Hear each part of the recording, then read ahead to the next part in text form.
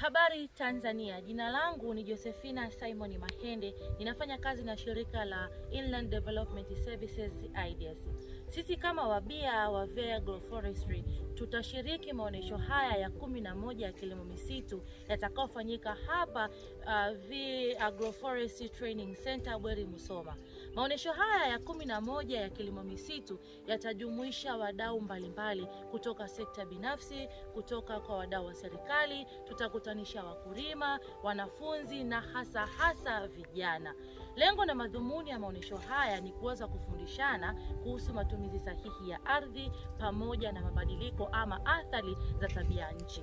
Mnakaribishwa kufika na kushiriki katika maonesho haya ili uweze kujifunza vitu mbalimbali. Pia wadau wanaofadhiliwa na shirika la VEA Agroforestry watakuwepo kushiriki. Kutakuwa na mabanda mengi na mabanda mbalimbali yatakayoonyesha teknolojia za kilimo. Kutakuwa na uuzaji wa bidhaa, mabadilishano ya bidhaa pamoja na kujifunza. Kutakuwa na vipando vitakavyoonyesha matumizi ya mbegu za asili, kilimo mseto.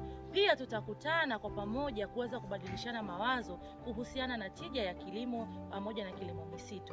Kutakuwa na banda ambalo litakutanisha wadau mbalimbali kutoka serikalini pamoja na sekta binafsi ili kuelezea ushiriki wa vijana kuelekea dira ya maendeleo ya 2050 katika sekta ya kilimo misitu. Kauli mbiu ya maonesho haya ya 11 ya kilimo misitu ni kilimo misitu kwa vijana na uwekezaji. Ewe Mtanzania popote ulipo, tunakukaribisha kushiriki maonesho haya ya 11. Usipange kukosa.